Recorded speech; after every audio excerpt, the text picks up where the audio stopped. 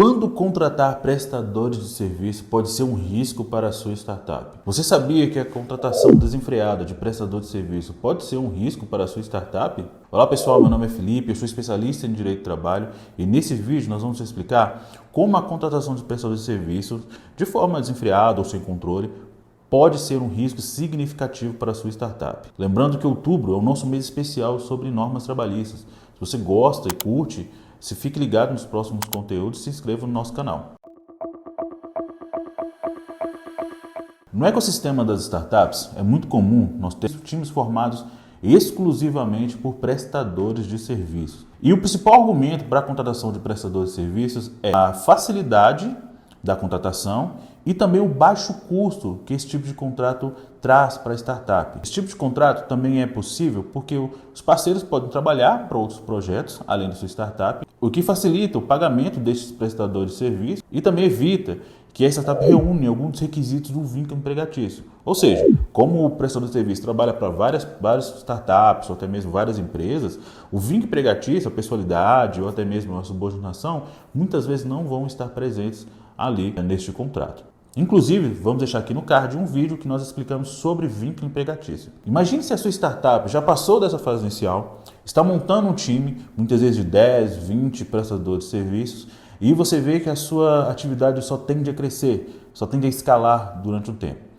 A contratação de prestadores de serviços nesta situação pode sim ser um risco. Toda startup, independentemente do ramo de atuação, precisa ter um time subordinado.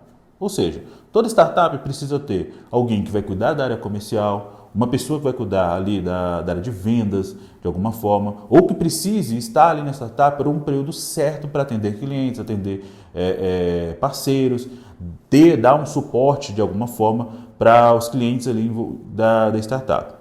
Por ter essa necessidade, muitas vezes a startup não consegue se desvincular dos requisitos do vínculo empregatício.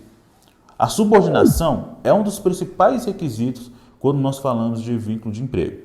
Se a sua startup precisa ter pessoas à frente de forma fixa por aquele período de tempo, é muito possível que você esteja incorrendo em uma forma de subordinação. Um exemplo comum desse tipo de situação é, como eu disse, o time de vendas, o time de suporte, helpdesk, são situações comuns para startups terem no seu dia a dia.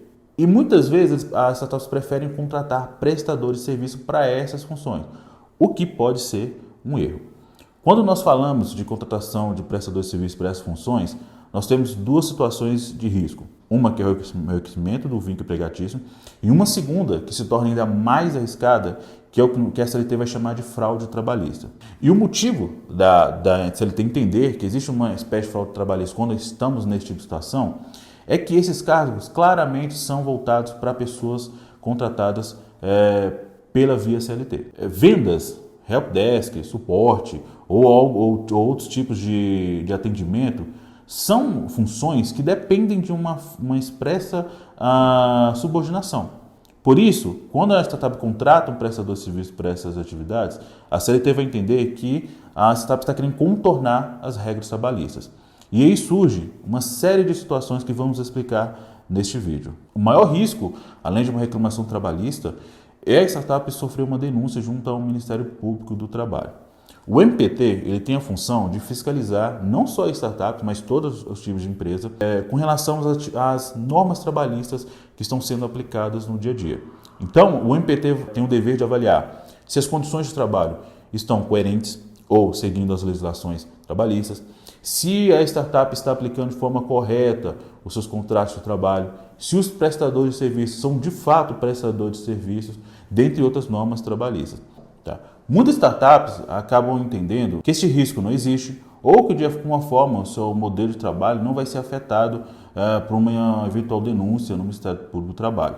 Só que a atuação do Ministério do Trabalho ela não se limita apenas a atividades presenciais, ou seja, mesmo uma startup que atua de forma 100% remota pode sim sofrer algum tipo de denúncia e o Ministério Público do Trabalho pode investigar as suas ações. E um adendo, a denúncia no Ministério Público do Trabalho ela pode ser feita tanto por colaboradores, seletistas, ou até mesmo por prestadores de serviços ou terceiros interessados.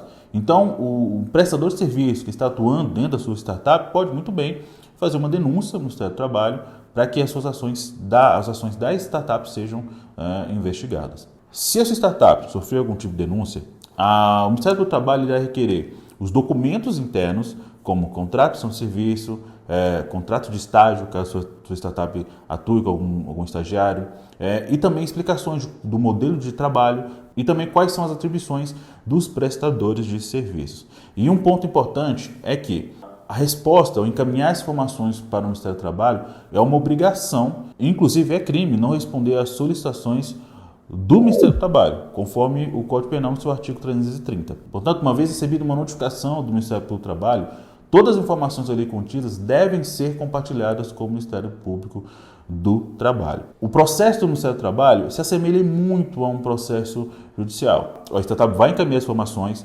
o procurador ou a procuradora pode solicitar que os sócios prestem esclarecimentos em uma audiência e depois a procuradora pode propor o que nós chamamos de um TAC, um termo de ajuste de conduta, ou até mesmo o encerramento de qualquer tipo de investigação. Tá?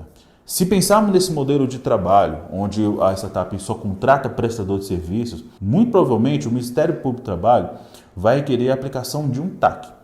O TAC tem o objetivo de ajustar a conduta da startup, bem como acordar algum tipo de penalidade para que a startup não faça mais aquela forma de contratação. Então, por exemplo, é comum que no TAC a startup se abstenha de contratar novos prestadores de serviços, contratar os prestadores de serviços com contratos vigentes para o formato seletista, pagar algum tipo de verba retroativa, como o FGTS ou 13º e hora extras, bem como assinar o contrato de trabalho e registrar no e-social. Então imagine que você tem um time 100% PJ. A contratação de 100% dos prestadores de serviço significa um aumento excessivo de gasto em um curto período de tempo, porque o TAC ele vai prever um período para que a startup possa se adequar. Caso contrário, o próprio Ministério Público pode ajuizar uma ação coletiva de trabalho. E um outro ponto importante, toda vez que uma startup é denunciada para o MPT, é importante que ela cesse ou evite novas contratações, pelo menos para aquele período, e também responda de forma clara e objetiva às solicitações do Ministério Público do Trabalho. É arriscado as startups fazerem qualquer tipo de modificação nesse período, porque a procuradora pode entender que existe alguma intenção de fraudar de forma deliberada as leis trabalhistas. Se isso ocorrer, além da necessidade de se adequar, a procuradora pode até aplicar uma multa para a startup. A multa ela vai variar de acordo com a condição financeira da startup e também do grau de dano causado à norma trabalhista. Então nós estamos falando de multas que podem variar muito bem de R$10 mil para 100 mil e valores ainda maiores que esse, dependendo do grau de gravidade que a startup infringiu às normas trabalhistas. Não saia desse vídeo, porque eu vou explicar agora como você pode evitar esse tipo de passivo trabalhista na sua startup. O primeiro passo para evitar esse tipo de problema na sua startup é analisar como as atividades internas da sua empresa. Então, por exemplo, um time 100% PJ muitas vezes causa riscos, como explicamos anteriormente. Então, é importante avaliar se algumas funções ali podem ser voltadas para um empregado seletista. Como nós dissemos antes, é muito comum que vendedores, pessoal que faz suporte, helpdesk, sejam contratados como CLT justamente por causa da subordinação e do cumprimento de uma jornada de trabalho.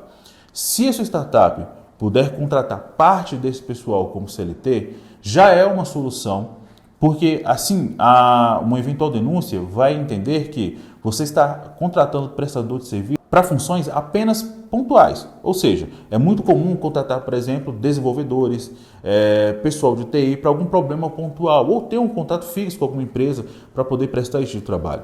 Esse tipo de função mais pontual, mais necessária em um pequeno curto de tempo, é possível que seja firmado através de um contrato de prestação de serviços. Em uma eventual denúncia, é possível explicar para procurador ou procurador que as suas funções não estão fraudando qualquer tipo de norma trabalhista, porque você tem um time CLT e apenas funções pontuais que são contratados como prestadores de serviços. Isso deve se manter durante todo o período de contratações. Na medida que a sua startup cresce, é mais importante ainda avaliar como os cargos se enquadram ou não dentro dos formatos de trabalho. Então, se você tem um pessoal que precisa estar na empresa, contrate eles como colaboradores seletistas. Se é um pessoal que pode ter um trabalho mais flexível, não precisa estar na startup todo dia, ou o trabalho pode ser realizado de forma conjunta para outras empresas, essa pessoa, ou esse prestador de serviço, ou até mesmo essa empresa, pode ser contratado como um prestador de serviço. Mesmo que a CLT seja uma contratação mais custosa, levando em conta os impostos, os direitos trabalhistas, ainda é mais seguro se pensarmos nas questões regulatórias. Arcar com as verbas trabalhistas é mais vantajoso do que ter que pagar uma multa, por exemplo, de R$200 mil.